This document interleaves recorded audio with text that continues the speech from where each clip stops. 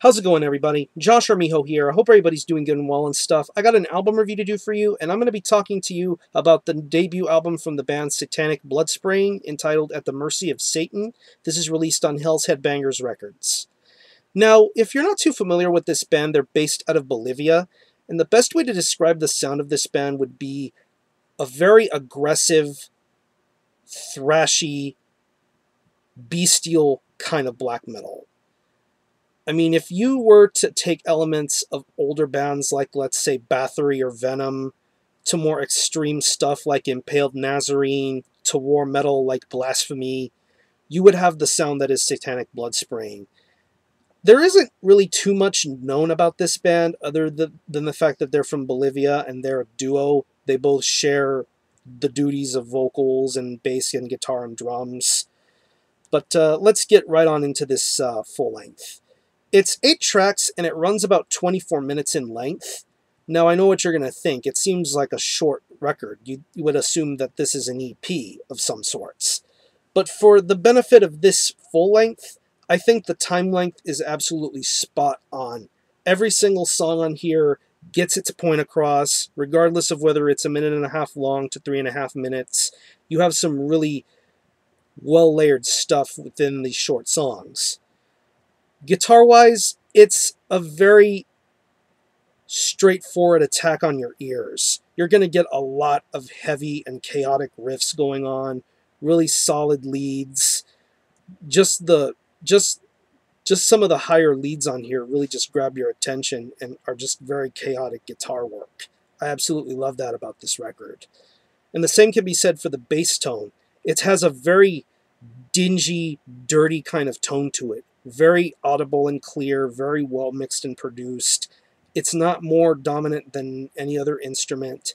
It stays in a good, solid, audible tone all the way throughout, and it's played very, very well. Drums, I don't know if the drums are either triggered or programmed or if they're real drums, but regardless of which, the drums on here are just straight up chaotic. You're going to get your more slowed down kind of black metal drums to your more traditional style of fast blast beats and fast double bass and solid drum fills. You're going to get a lot of good varied drum styles, but mostly it's in one straight direction and it's straight up fast. It's very solid drum work, regardless of whether it's real or programmed. And vocals, I really enjoy the vocal style here.